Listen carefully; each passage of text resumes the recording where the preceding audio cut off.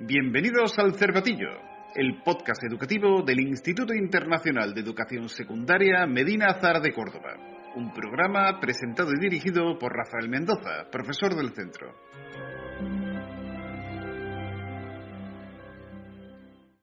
Hoy, mis queridos oyentes, vamos a realizar un viaje. Sí, han oído bien, un viaje.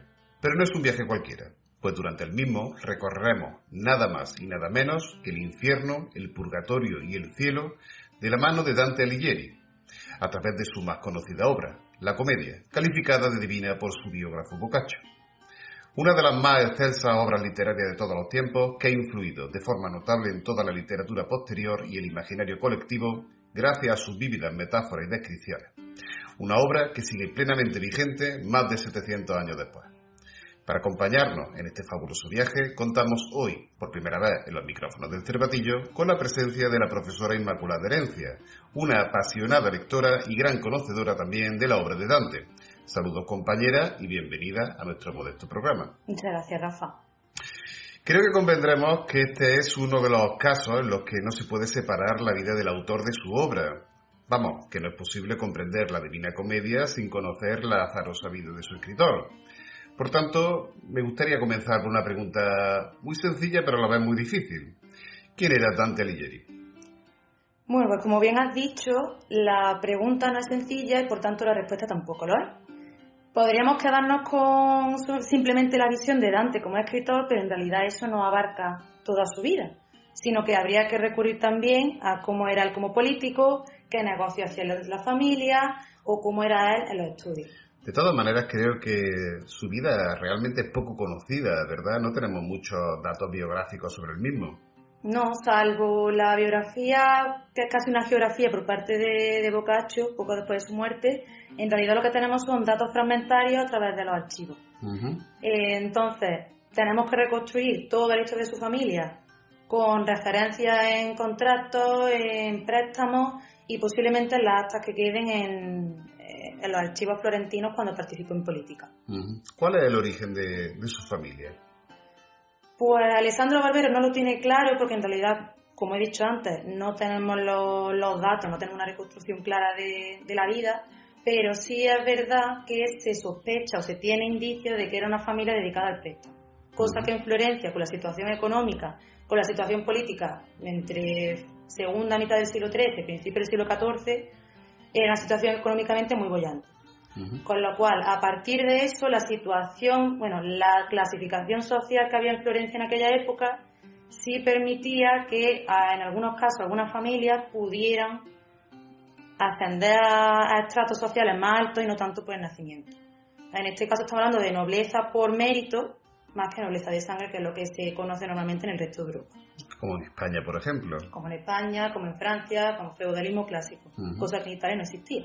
Y además, pues, que yo sepa, enlaza, ¿verdad?, con una familia también de potentados florentinos. Sí, en este caso estamos hablando con los Donati, que a través del matrimonio con Gemma intentaron, no se sabe bien por qué, pero posiblemente por motivos políticos, ya que eran de bandos políticos opuestos, intentaron hacer una alianza para un poquito regular las tensiones. Obviamente, aunque esto se adelantara un poco el acontecimiento, no salió bien, pero el intento estaba ahí. Entonces, está Gemma Donati, que es la mujer con la que casa. Entonces, ¿quién es Beatriz Portinari? ¿Quién es esta mujer que aparece como una constante en su obra, tanto en la vida nueva como en la comedia? Bueno, Beatriz está también entre el mito y la realidad, porque si de Dante tenemos pocas referencias, de Beatriz tenemos muchas menos, o casi ninguna, pero sí las tenemos a través de la obra de Dante.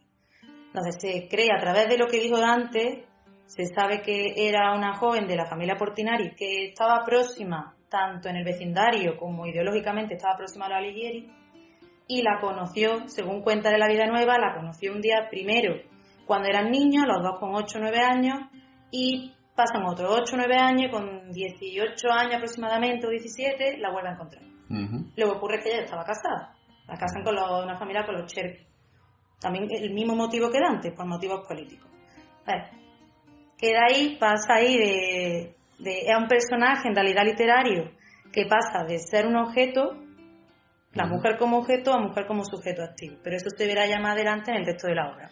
¿Y en qué contexto se desarrolla la vida de Dante? ¿Cómo era la Florencia que conoció nuestro autor? Pues como hemos dicho antes, estamos en una época que, por una parte, como es plena Edad Media, estamos económicamente con todo el desarrollo, la explosión económica antes justamente de toda la crisis del siglo XIV, con la peste negra, la hambruna, las guerras, etcétera, etcétera. Pero además, aunque tengamos esto, la situación de Italia en general y la de Florencia particularmente era muy convulsa, porque ya desde el siglo XI tenemos la querella de la investidura en la cual se enfrentan el emperador y el papado. Y esto se refleja en la vida de Florencia porque hay dos bandos políticos muy claros. Los güelfos y los gibelinos. ¿Verdad? Ese tema tan verdaderamente complejo y tan calidoscópico, ¿no? Porque háblanos, sin querer meternos mucho en profundidades sobre la querella de la investidura y los güelfos y los gibelinos, algo tenemos que entender, porque si no, no podemos desentrañar la vida del autor. Sí.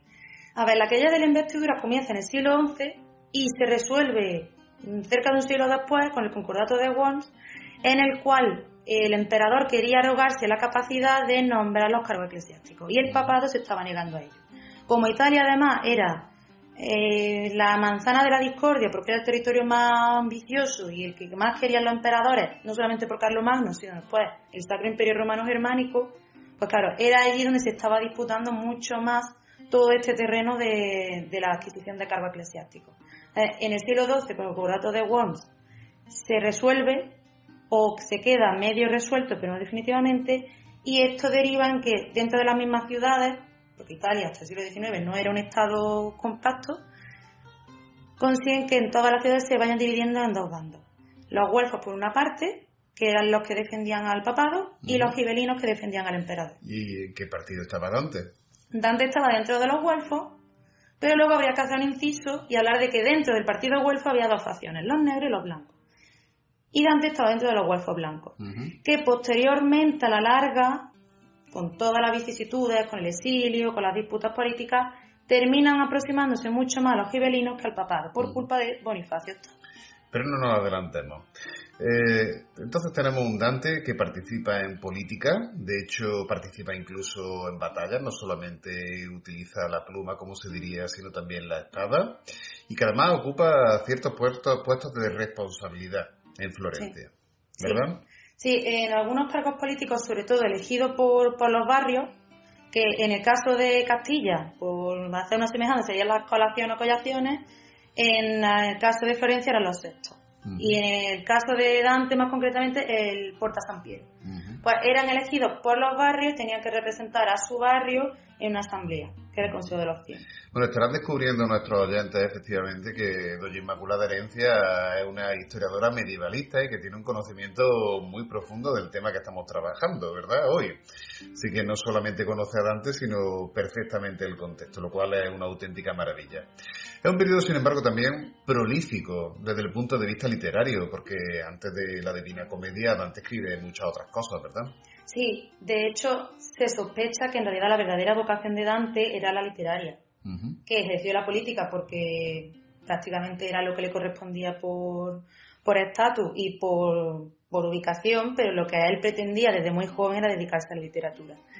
Entonces la primera obra más conocida es La Vida Nueva, que es la primera vez la que habla de Beatriz, pero además intercambiaba muchos sonetos, muchos poemas a modo de juego con otros personajes relevantes de Florencia. Y eso le permitió enlazar con algunas personas que sin ser de su mismo grupo social, sino que era de la aristocracia de más rancio ambolengo, por decirlo de alguna manera, pues le permitía comunicarse con ellos y aunque no perteneciera a esa clase, pero sí al final terminaba enlazando con ellos. De todas maneras, para su desgracia, finalmente la política no será lo suyo, ¿verdad?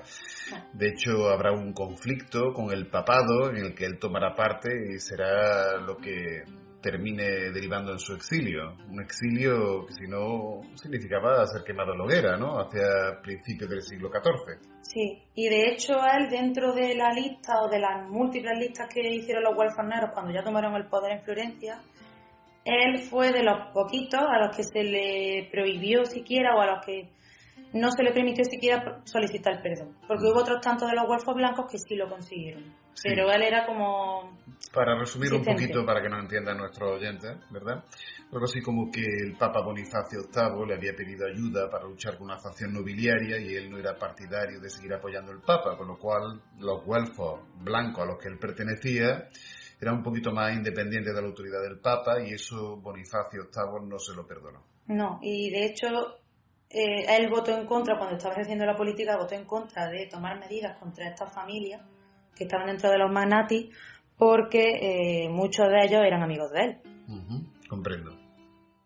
Entonces, cuando comienza su periplo por distintas cortes italianas, como las de Rávena o Verona, sobreviviendo no sin dificultades gracias a sus protectores y amigos. Sin embargo, sus intentos por volver a su ciudad natal, participando en diversas alianzas y complots, fracasarán, alejando ya irremediablemente la posibilidad de una amnistía. En ese momento justamente cuando empieza a escribir la comedia, ¿verdad? Sí. De hecho, se cree que en realidad el exilio es el episodio determinante de su vida y es lo que motivará el propio contenido de la comedia. Porque Dante era una persona atormentada, es decir, ¿en qué situación psicológica se encuentra el autor cuando escribe la comedia? Porque tiene la sensación de que escribe prácticamente a modo de catarsis, si no me equivoco. Sí, a ver, esto a posteriori es muy difícil saberlo porque nadie deja rastro de por qué está escribiendo algo. Pero sí, con lo que podemos leer y con todas las críticas y las invectivas que lanza en las tres cánticas de la comedia, se nota que va poco a poco limpiando o purgando, nunca mejor dicho, todo ese trauma. Porque en el infierno vemos que, digamos que es más vehemente, en el purgatorio ya hay más elaboración teológica y como que todo queda un poco más lejos, y ya el paraíso definitivamente es cuando parece que ha soltado ese lastre. La Divina Comedia, una obra universal, pero ¿por qué considerada como una de las más grandes? ¿Qué es lo que hace que sea especial? Vale, en este caso estamos hablando de que habría que diferenciar en dos ámbitos, el fondo y la forma. Voy a empezar por la forma, que en este caso estaríamos hablando tanto a nivel lingüístico como a nivel de imaginería de iconografía. A nivel lingüístico estamos ya soltando, dejando atrás el latín como lengua literaria y estamos adoptando la lengua vernácula, que en el caso de Dante era el toscano. Esto es lo que también muchos lingüistas, o incluso ya en la propia época de Dante, estamos hablando como el dolce stil nuevo, que consistía sobre todo en ir dejando el latín. Había muchos estudiosos que todavía eran reacios a abandonar el latín. Algunos de ellos intentaron convencer a Dante, sobre todo cuando estudió en Bolonia, pero Dante era una persona de fuertes convicciones, por decirlo suavemente, y se negó, rotundamente se negó a volver al latín.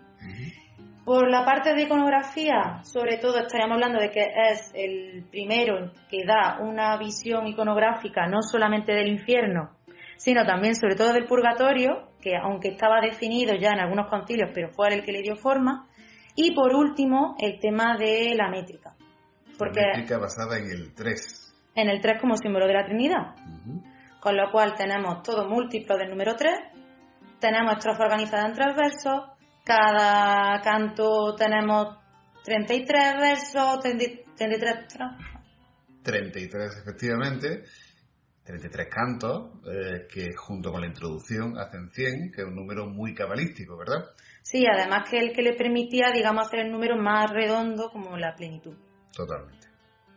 Eso en cuanto a la forma. En cuanto al fondo, tenemos por una parte lo más evidente que es el ajuste de cuentas, entre comillas, con todo lo que le había pasado anteriormente, y por otra parte tenemos lo que se conoce como el primer caso, según algunos estudiosos, de autoficción. Porque tenemos a Dante, primero como autor, como narrador y también como protagonista.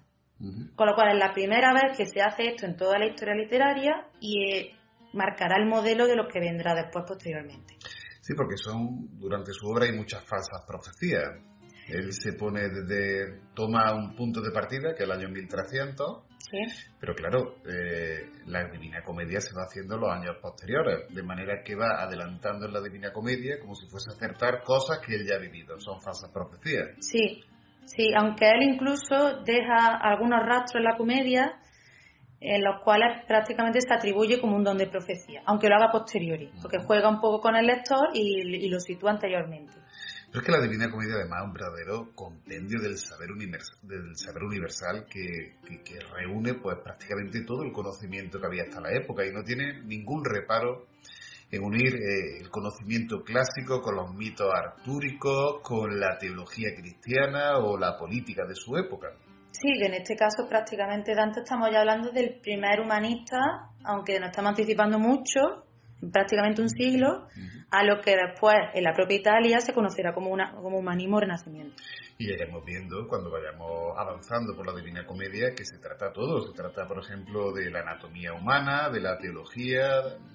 En fin, es una obra muy completa, pero una obra completa, pero además de rabiosa actualidad en su tiempo, porque los cantos se fueron publicando mientras Dante todavía estaba en vida.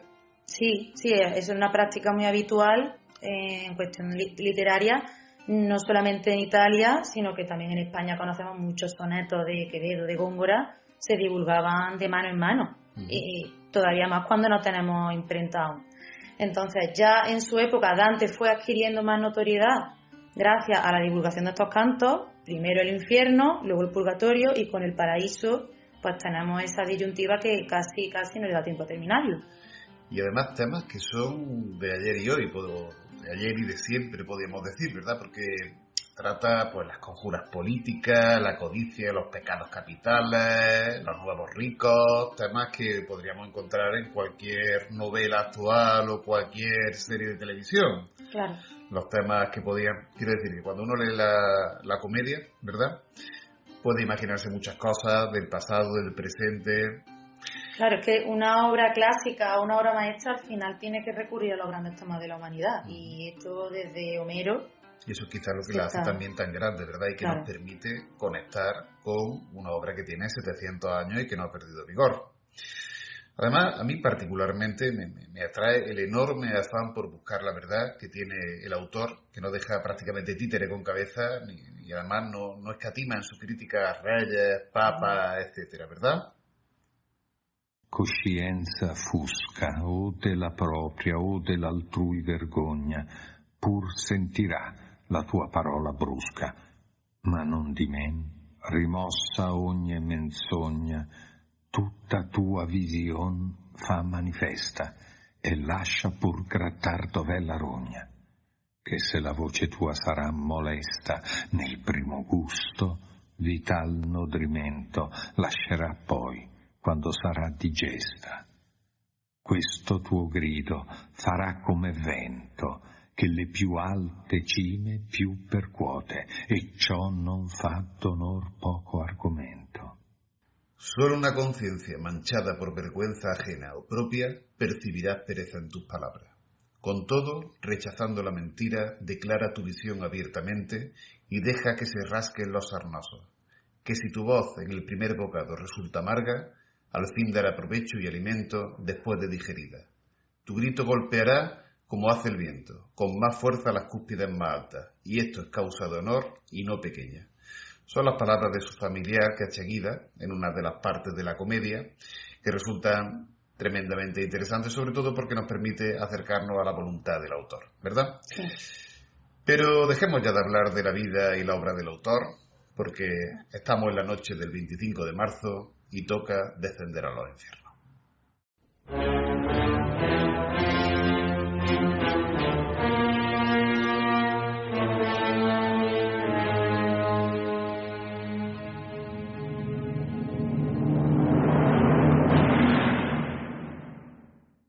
Nel mezzo del cammin di nostra vita mi ritrovai per una selva oscura che la diritta via era smarrita. A la mitad del viaje de nuestra vida me encontré en una selva oscura por haberme apartado del camino recto.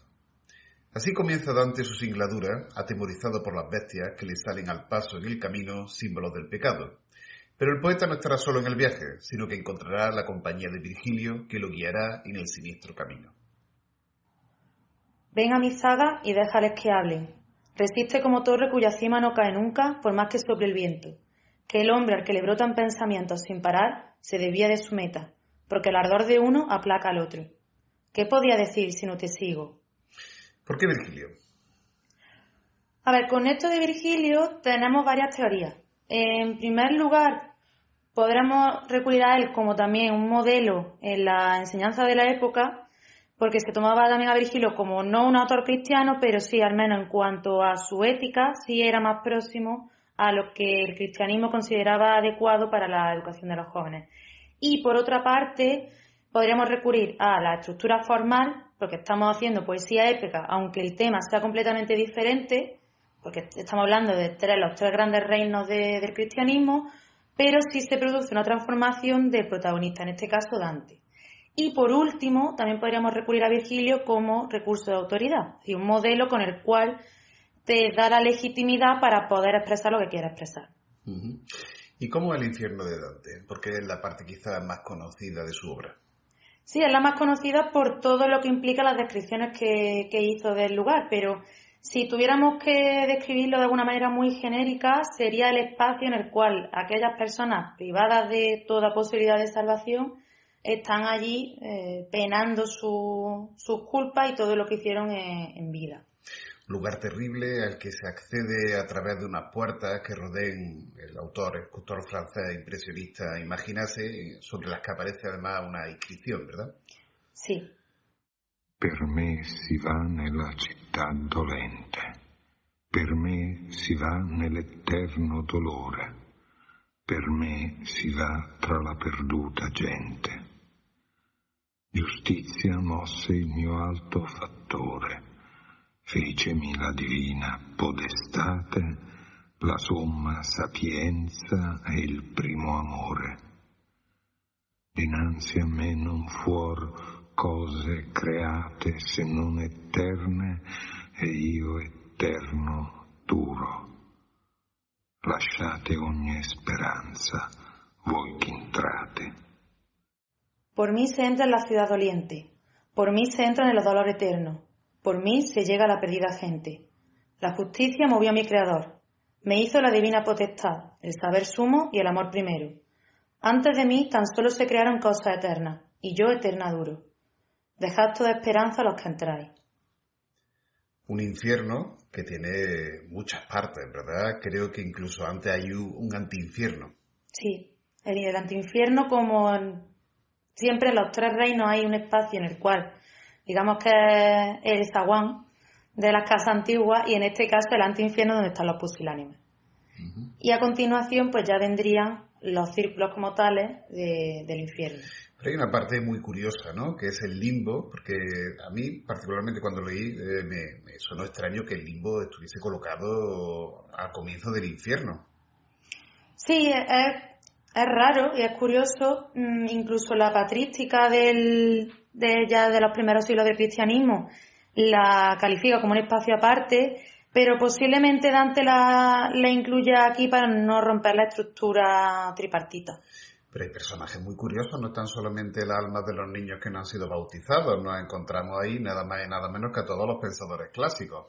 Claro, todos aquellos que no conocieron el cristianismo. Incluso algunos, particularmente a nosotros nos llama mucho la atención porque son cordobeses ilustres, véase el caso de Séneca, Lucano, pero es que también nos encontramos a Averroes, el gran filósofo musulmán. Claro, estos casos sí, el caso de Averroes en concreto sí es mucho más curioso porque Averroes es muy posterior y ya sí debería conocer las tesis cristianas. Lucano, Séneca, Virgilio, que sale de allí, claro, eran anteriores a la difusión del cristianismo. Pero posiblemente Averroes sea el ejemplo de cómo Dante está recogiendo todo el saber de su época. Uh-huh. Y lo tiene que incluir en el limbo, porque no puede ponerlo en otro sitio. Y luego están los 9 círculos hasta llegar a Lucifer, que además, si no recuerdo mal, hay un autor muy conocido del 480 italiano, Botticelli, que es el primero que dibuja estos círculos, ¿no? Que lo lleva a la obra propiamente. Sí, incluso Vasari, la biografía de Botticelli, ya relata que el propio Botticelli se enfrascó tanto en la obra que no era capaz de hacer otra cosa. Es decir, la fascinación por la obra de Dante viene ya desde el principio. Luego hay en estos 9 círculos muchas categorías de pecadores, ¿no? ¿Cuáles son los peores? ¿Cuáles son los que están penando de una manera más terrible su pecado? Sí, los peores según Dante, y esto sí se explica por lo que él vivió, son los traidores. Uh-huh. Los traidores, los que falsean, sea la moneda, sean los que dan malos consejos, con lo cual esto es un indicio muy claro de cómo él está ajustando cuentas con todo lo que vivió anteriormente. Uh-huh. Y luego hay un concepto muy interesante que es el del contrapaso, ¿verdad? Sí, es el recurso que creó Dante mediante el cual los pecadores, cuando ya estaban en la otra vida, digamos que penaban sus culpas, sus pecados, haciendo todo lo contrario simbólicamente a lo que habían hecho en vida. A lo largo de los círculos infernales, Dante derrocha una imaginación sin límites, con diablos, seres horrendos y paisajes de pesadilla, donde los pecadores son torturados durante toda la eternidad, muchos de los cuales parecen sacados directamente de los relieves del juicio final que podría haber en cualquier iglesia medieval de la época. No obstante, recordemos que estamos a principios del siglo XIV. Pero, de entre todos estos pecados y estos sufrimientos, a ti particularmente, Irma, ¿cuáles son los que más te llaman la atención? Bien, desde un punto de vista doctrinal me llamó mucho la atención el hecho de que los suicidas estuvieran un círculo, una bolsa más abajo que los homicidas, porque según Dante, el hacerse daño a uno mismo o violencia sobre uno mismo es peor que cometer un homicidio o hacer violencia contra otra persona cuando está atentando contra el mandamiento básico que es el amor al prójimo. Eso desde el punto de vista doctrinal, pero como historiadora además me llamó mucho la atención la crítica que podríamos sacar cuando habla del pecado de lujuria. Porque, claro, parece más bien una crítica al hecho de que el matrimonio en aquella época no se producía por voluntad propia o por amor, sino que era por conveniencia. Con lo cual ahí está como criticando indirectamente, haciendo una pequeña disculpa a lo que está ocurriendo ahí. Porque realmente una de las cosas que llaman la atención es que no se trata tampoco de un texto absolutamente maniqueo, ¿verdad? Sino que Dante siente pena por los suicidas, cuyo tormento, si no recuerdo mal, era convertirse en un arbusto seco, cuyas ramas eran partidos por arpías y picoteados, etcétera. Sí. Pero también por los amantes Paolo y Francesca, ¿no? Que están penando por su amor. Sí, con esto entenderás por qué el amor es semilla de todas las virtudes y de todas las obras condenables. Uh-huh. Y luego también está el caso de su maestro, ¿no? El maestro sodomita Brunetto Latini. Sí, llamaba mucho la atención porque cuando se despide de él en ese canto del infierno, lo menciona de una manera muy, muy bonita porque dice, no parecía de aquellos que perdieran en las carreras, creo que era en Verona, sino que era de los ganadores, siendo como estaba un condenado al infierno.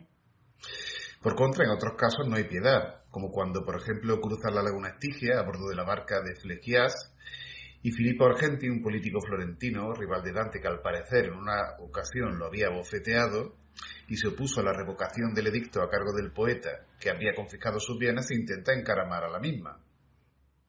Los que se creen reyes allá arriba, como puercos serán aquí en el fango, dejando atrás un rastro de desprecio. Maestro, dije yo, me gustaría verlo en ese mejunje sumergido antes de que salgamos de este lago. Son las palabras que le pide a Virgilio acerca de este personaje. Ni que decir tiene que por el infierno desfilan todos aquellos que han arruinado la vida del poeta, con una verdadera galería de personajes coetáneos. Y luego están las invectivas contra las ciudades vecinas. Recordemos que Italia en esta época medieval no es la Italia actual, es un mosaico de pequeñas ciudades-estados, obispados, principados, etcétera, y que hay una gran rivalidad entre ellos, con lo cual hay ataques directos a ciudades vecinas como Bolonia, Lucca, Siena, Pisa. ¿Por qué? Porque muchas de esas ciudades o bien se mantuvieron neutrales contra los güelfos negros que estaban haciendo ya tropelías en 1301, y algunas de ellas incluso, sobre todo Pisa o Lucca, son las que estuvieron a favor, y por tanto Dante siempre va a estar en contra de ellas por lo que hicieron en su momento. Una de las cosas que también me llama la atención cuando va llegando a la parte inferior del infierno, donde se encuentra Lucifer, que está castigando por supuesto al gran traidor, que es Judas Iscariote, pero el paso del infierno al purgatorio es verdaderamente curioso, ¿no? Es una explicación geográfica curiosa. Sí, porque asocia que Lucifer, cuando es desterrado del cielo, con su propia caída, excava el infierno el punto más bajo a donde lo encuentra Dante, aunque es verdad que casi pasan Virgilio y él, pasan prácticamente rozándolo, no se hace hincapié en Lucifer, y se llega al purgatorio, que es la antípoda de ese mundo del que acaban de salir. Un mundo terrible infernal. Pero ya es hora de que comencemos nuestro ascenso y nos limpiemos del pecado subiendo por las terrazas del purgatorio.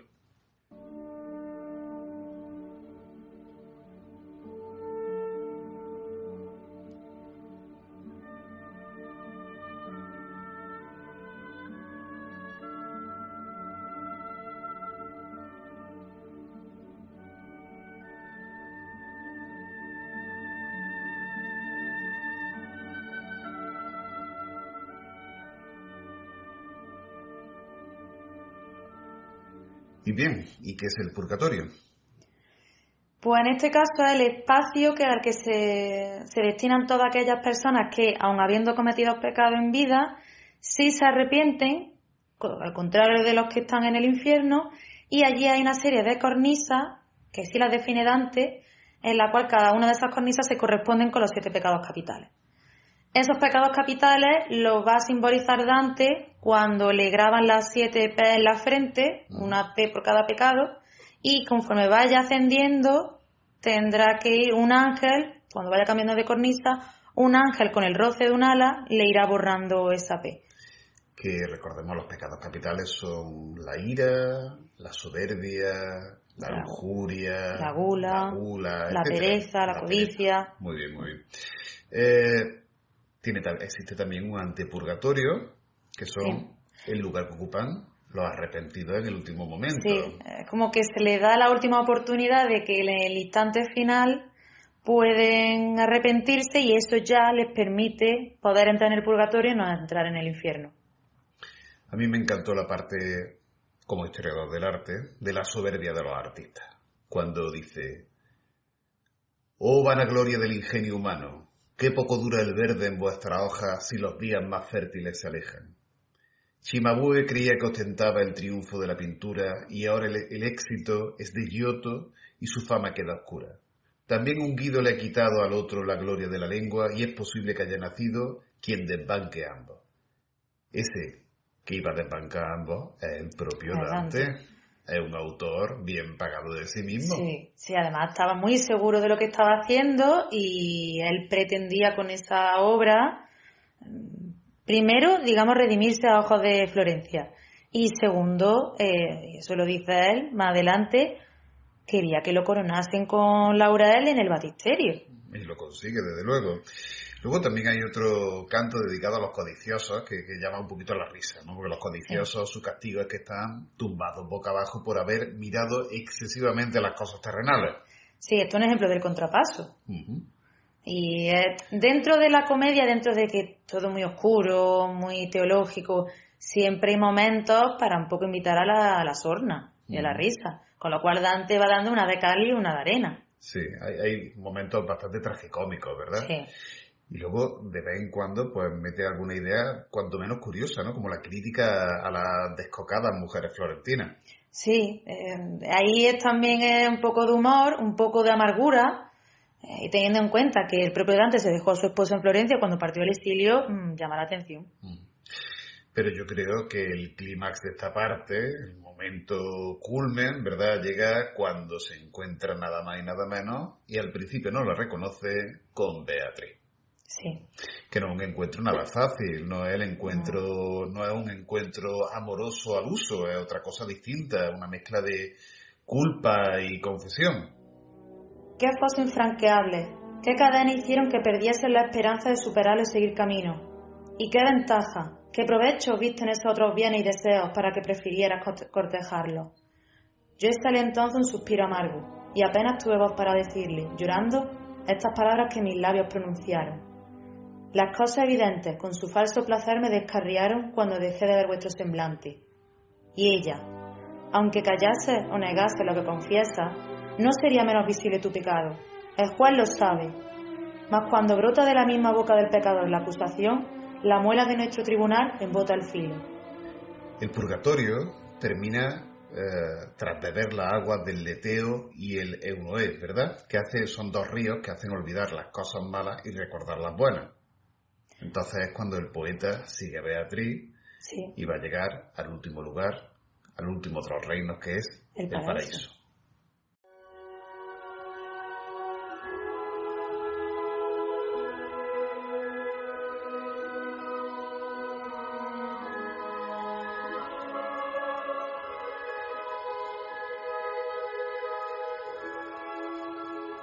El paraíso es un lugar etéreo, con una luminosidad que todo lo inunda. Un lugar donde se encuentran las almas beatas, los ángeles, los arcángeles, las potencias, los tronos, los serafines. Pero que pese a todo, también tiene jerarquía, y donde encontramos desde a la monja Picarda hasta emperadores como Justiniano y, como no, numerosos santos, doctores de la Iglesia, con algunos de los cuales Dante tiene la oportunidad de conversar, el caso de Santo Tomás de Aquino, o incluso los apóstoles de Cristo, como San Pedro y Santiago. ¿Quién era esta monja Picarda? ¿Por qué ocupa, por ejemplo, los puestos más lejanos a la gloria de Dios? Sí, porque, estando en el cielo, claro. Claro, dentro de que estaba en el mejor de los lugares posibles, pero claro, ella está en la parte más alejada, no alejada como tal, pero sí el recurso que tiene Dante para poder explicar esa jerarquía. El caso de Picarda es curioso porque es el sitio donde están las personas, la alma de aquellos que no han cumplido sus votos. Y Picarda no es que ella no quisiera cumplirlos por propia voluntad, sino que sus hermanos, los Donati, la sacaron del convento como objeto de alianzas políticas. Comprendo. Es la parte esta del paraíso, la más metafísica de la comedia, en el que se tratan temas densos, teológicos, por ejemplo el libre albedrío, la corrupción de las cosas, la resurrección de la carne o la fe. Son preocupaciones todas ellas propias de una persona madura, ¿verdad? Que está quizás en la recta final de su vida. Sí, de hecho casi no llega a terminar el paraíso. En algunos casos hay dudas de que lo terminara de verdad. Pero claro, aquí no solamente tenemos una persona que está próxima a la muerte, sino además una persona que durante el exilio también aprovechó para acudir a otros centros del saber. Se cree que llegó a ir a Francia, en algunos casos mencionan París, pero sobre todo fue en Bolonia. Con lo cual, tenemos una persona que ya ha pasado mucho tiempo desde el exilio, ya tiene asumido que no va a volver a Florencia, con lo cual ya tiene que prepararse para lo que le espera. Entonces, ese va a ser el momento donde muestre todo el saber que ha adquirido en ese tiempo y además consiga poner a su alma un poco en condiciones para cruzar al otro lado, cuando le llegue el turno. Decía hace un momento que conforme se iba escribiendo la comedia y se producía ese movimiento ascensional del infierno al purgatorio, del purgatorio al cielo, había como cierta ligereza, no había una crítica tan fuerte, ¿no? O sea, iba suavizándose la obra, ¿no? Pero no obstante, no arrecia las críticas contra su ciudad natal Florencia en ningún momento, porque también en este momento en el paraíso es cuando se encuentra con su antepasado Cachemira y hablan de las glorias pasadas de la ciudad y lo mal que está ahora mismo esta, pero es que incluso directamente se habla de la corrupción de la Iglesia en unos términos duros. Porque San Pedro refiere directamente en la comedia: aquel que usurpa mi lugar en la tierra, mi lugar, el lugar que está vacante, porque el Hijo de Dios no está presente, ha hecho de mi tumba una sentina de sangre y pestilencia que al perverso ángel caído tiene satisfecho. Son críticas tremendamente duras. Sí, porque Dante, entonces se sabe que Dante de hecho tuvo muchos problemas en vida porque no era una persona que se callara, sino que si tenía que decir algo incómodo, lo decía abiertamente, aunque eso le acarrease un problema posteriormente. Y en este caso, además, yo creo que ya sabe que mejor que diga lo que tiene que decir ahora, porque no le queda mucho tiempo, y tiene que buscar, digamos, la manera de advertir a Florencia, advertir a la sociedad de su tiempo de que, por favor, que se reforme, porque a él ya ha pasado por el infierno, el del exilio y el recorrido que ha hecho antes por el infierno y el purgatorio. Es una manera de advertir nuevamente de lo que puede ocurrir o de lo que está ocurriendo ya. Y luego es cuando sigue ascendiendo y llega por fin al Empirio, ¿verdad? Ese espacio inmanente de Dios fuera del tiempo y el espacio en el que Beatriz toma su lugar y es sustituida por el último de los personajes que lo guía, San Bernardo de Claraval. Todo ello entre, por supuesto, visiones celestiales. ¿Acaso San Bernardo de Claraval aparece por estar relacionado con el culto mariano? Posiblemente sí, porque de hecho se hace, en esos versos del paraíso se hace como una petición a la Virgen para que pueda salvar a los pecadores. Así que si San Bernardo estaba muy vinculado en vida por la promoción del culto a la Virgen, tenía pleno sentido por hacer lo que estaba haciendo. Los versos finales son una maravilla. De hecho, el poeta prácticamente dice que no es capaz de describir lo que ve con palabras, ¿verdad? Efectivamente. Qué corta y débil es la lengua al lado de mi concepto, y este está tan lejos de lo que vi que es poco decir poco. Oh, luz eterna que en ti sola existe, sola te entiende, y al ser entendida y entendedora, te ama y recrea. Aquel círculo que antes parecía tu reflejo, al mirarlo atentamente me pareció que su interior tenía, con su mismo color, representada nuestra humana semblanza, y mi mirada se concentró completamente en ella. Yo era como el geómetra empeñado en mesurar el círculo, que piensa una vez y otra vez sin resolverlo, y así, delante de una visión nueva, quería ver el modo en que la imagen cabía y se encajaba en aquel círculo, pero mis propias alas no bastaban, y entonces un fulgor golpeó mi mente y dio satisfacción a mi deseo. La fantasía se quedó sin fuerza, mas ya mi voluntad y mi deseo giraban con la fuerza del amor que mueve el sol y las demás estrellas. La muerte sorprende a nuestros protagonistas en la noche del 13 al 14 de septiembre de 1321 a la vuelta de Rávena tras efectuar una misión diplomática en Venecia. Aquella noche el poeta por fin descubrió, si era verdad, todo lo que había imaginado. Pues muchas gracias, Isma, por haber compartido tu sabiduría con todos nosotros. Ha sido un verdadero placer tenerte hoy aquí en el programa. Muchas gracias, Rafa. El placer ha sido mío. Antes de terminar, ¿quisieras por favor recomendar a nuestros oyentes una edición de la comedia? Sí, en este caso me voy a atrever y voy a decir dos libros diferentes, no solamente el de la comedia. Por una parte, la edición que sacó Acantilado hace 3 años con motivo del 700 aniversario de la muerte de Dante, y por otra parte, la biografía que realizó Alessandro Barbero, que se titula Dante, no tiene mucha complicación, y también está la misma editorial Acantilado. Pues gracias una vez más y espero que vuelvas a esta, tu casa, en un futuro episodio. Esperemos. Pues esto ha sido todo por hoy, mis queridos oyentes del Cervatillo. Espero que el programa haya sido de vuestro interés, estoy seguro de que sí, y que hayáis aprendido, por supuesto, nuevas cosas. Si ese ha sido el caso, no olvidéis suscribiros y darle un like, y si queréis dejar cualquier comentario o hacer una petición, podéis hacerlo siempre que queráis, escribiendo al correo elcervatillo@gmail.com. Nos oímos pronto en un nuevo episodio y entre tanto recuerden, sapere aude.